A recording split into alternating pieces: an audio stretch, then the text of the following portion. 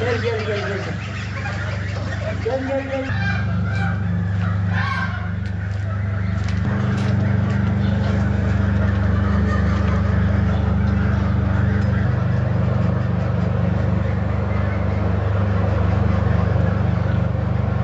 Bu kaç tane şey alıyor böyle yumurta? 800.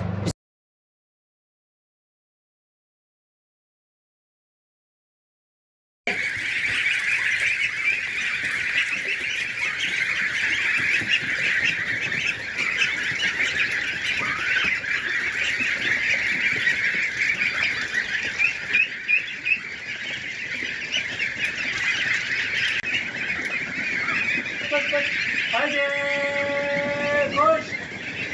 Koş koş koş koş koş koş koş koş koş koş koş. Aferin size, aferin size. Bundan önce inşaat sektörüyle uğraşıyorduk. İnternette izlediğimiz bir videodan dolayı işte bizim arazimiz de müsait olduğu için kaz sektörüne girmeye karar verdik.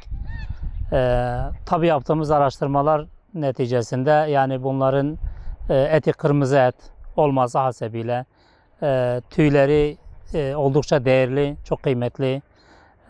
Ondan sonra ayakları, gagası, ciğeri ayrı, hepsinin yağı, her şeyin ayrı bir değer olması hasebiyle sonuçta biz köylüyüz, köyde yaşadığımız için bir şeyler yapmamız gerekiyordu. Kaza karar verdik. Kazlarla tavuk arasındaki fark, kazlar kırmızı et kategorisine girdiği için fiyatı oldukça yüksek. Yani şu anda 65 lirayken tavuğun kilo fiyatı 20-25 lira arasıdır. Yani 20 lira arasıdır. Dolayısıyla tavukta hiçbir şey değerlendirilmiyor. Gagası, işte iç organları yani çok ucuz bir şekilde satılırken kazın ciğeri yani 100 gramı 60-65 lira. Ondan sonra kazın şu anki kilo fiyatı da yine 65-75 arası kilo bazında bir çok değerli bir et olarak tüketiliyor. Yanlış bilgiler var kaz hakkında. İşte etinin koktuğuna dair işte bir ördekle kıyaslanılıyor. Halbuki hiç alakası yok. Bildiğiniz yani kuzu etinden daha değerli bir et üretiyoruz biz burada. 4-4,5 ayda kesime geliyor. Yani kar marjı oldukça yüksek. İstendiğin zaman mesela biz mas kazı yetiştiriyoruz. Ortalama 7-8 kilo rahatlıkla yani iyi bakıldığı zaman et veren bir hayvandan bahsediyoruz. Şimdi biz 2 yıl önce başladık. 100 tane kazdan başladık. Bir çıkım, bir gelişim, bir de çıkım makinasıyla. İlk yıl 1700 civciv ürettik.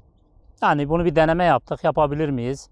Biz ilk yıl bunu denedik. Başardığımızı gördük. Yani orana böldüğümüz zaman bunun yapabiliriz yani. Artık hem bizim arazimiz müsait. Bunu yapabiliriz'e karar verdikten sonra geçen sene yani bu sene içinde 750 tane anaçla devam ettik. Bu sene 5000-6000 arası civciv ürettik.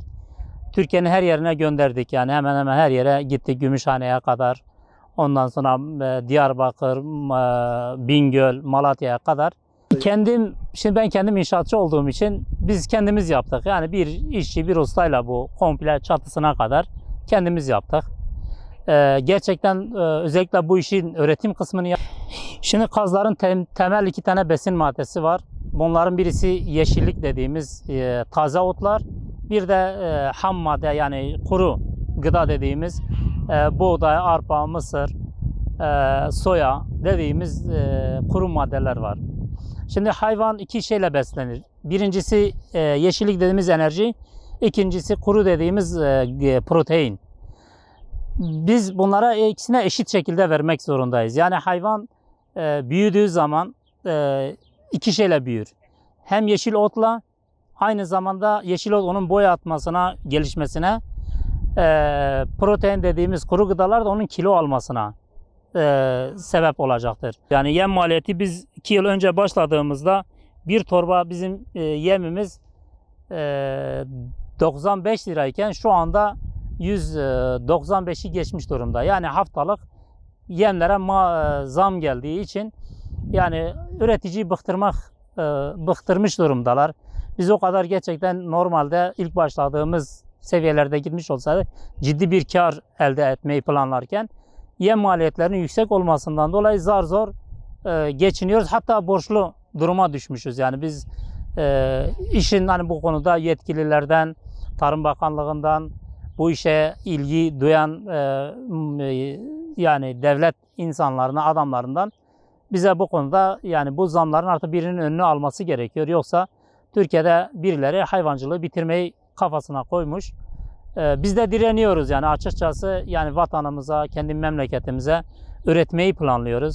Ya gençlere biz zaten bu işi yapmasını tavsiye ediyoruz. Yani biz böyle maaşlı bir mantıktan kurtulup veya da boş gezmek mantığından kurtulup yani üretime, kendi vatanına, kendi halkına nasıl üretimde katkılar bulunabilirim bu konuda elini taşın altına koyması lazım. Cesur olmaları lazım. İnanıyorlarsa kesinlikle başaracaklar. Çünkü biz bir videoyla başladık, yaparız dedik, inandık.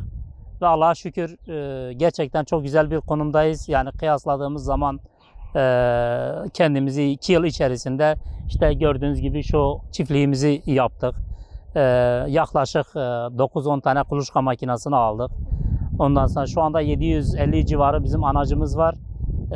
Biz yavaş yavaş mesela Türkiye'de artık tanınır hale geldik. Akdağ Kaz Çiftliği olarak İstanbul'a kadar biz burada kesim yapıp et gönderiyoruz. Yani kazlarımızı Türkiye'nin her yerine gönderiyoruz. Bu konuda bizim gençlerden istediğimiz inansınlar. Biz onların yanındayız. Ne kadar hem teknik konuda hem civciv temini konusunda o civcivlere bakmalarındaki dikkat etmeleri gereken bütün hususlarda biz yanlarında olacağız. Yeter ki yapsınlar yani.